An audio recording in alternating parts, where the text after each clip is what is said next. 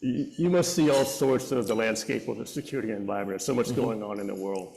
Multiple hotspots, which we normally don't have, but visible ones to the Americans now. So how do you assess the global security environment, all the changes that are happening, all the conflicts, we had administration changing? Would you kind of sum it up? Yeah, I think in a couple words, the most challenging I've seen in my 37 years of being in the military, with a large number of those being in special operations. And I say that probably through three lenses. The first lens would be the convergence of the adversaries that have been so named in our national defense strategy and our national military strategy that are derivatives of the national security strategy. And what I would offer in that is, in singularity, the People's Republic of China has manifested in the military space a very large military presence in the Indo-Pacific, as I think is noted and certainly known by everybody here.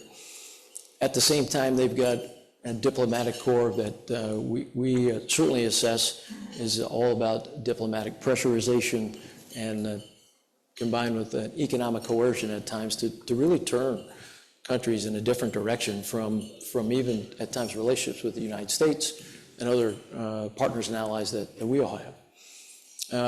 Then when we think about Russia, look no further than the tragedy at Ukraine.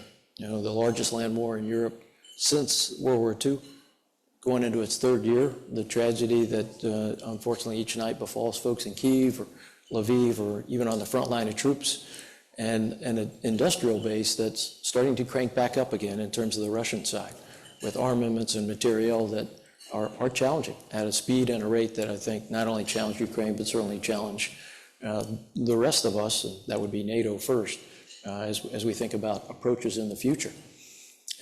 Right behind that would be Iran.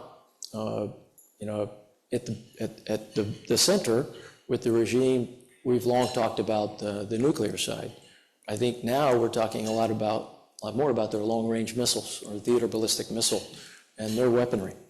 And then right behind that is their use of proxies that I imagine everybody in here is certainly following, whether it be Hamas, Hezbollah, the Houthis in Yemen, and Iranian-aligned militias that are in Iraq. At times, almost all the time, posing force posture challenges for our service members downrange, certainly in Iraq and Syria. And then North Korea, if they were ever to have been forgotten for a period of time, they've certainly come back. And I imagine everybody's not is tracking from what's been out in the news, the arrival of North Korean soldiers inside of Russia to add to the Russian capability against the Ukrainians. And that's, certainly a part of the North Korean, I would offer, thought process on top of the nuclear threat that they pose, not only to the peninsula, but to the Indo-Pacific. Where I would add is, in singularity, enough of a challenge, but now we're watching them converge. We talk about a fusion of these adversaries now, and I'll give you the vignette that I like to talk about is, if Ukraine, at the start of the second invasion, was ever fighting Russia, and it was Ukraine against Russia, it's a way different proposition right now. What we see is it's Ukraine against Russia, plus Iran, plus now North Korea, and certainly in material solutions, the PRC. And that's a fusion that concerns certainly not only the Ukrainians and NATO, but certainly the US and our security senior leaders. You can see that as well as it starts to transition in the Red Sea and the Bab el-Mandeb, with the Houthis as proxies to the Iranians, receiving Iranian material solutions. Yet at times, maybe there's an appearance that there may also be some Russian influence as we think about that conversion. So that'd be one set I'd call prism of a challenge. The second prism, folks call it the changing character of war. Maybe we call it the fluid future of warfare. Takeaways, it's going to be very different. And our takeaway is the view we have into the Ukraine effort that's going on right now.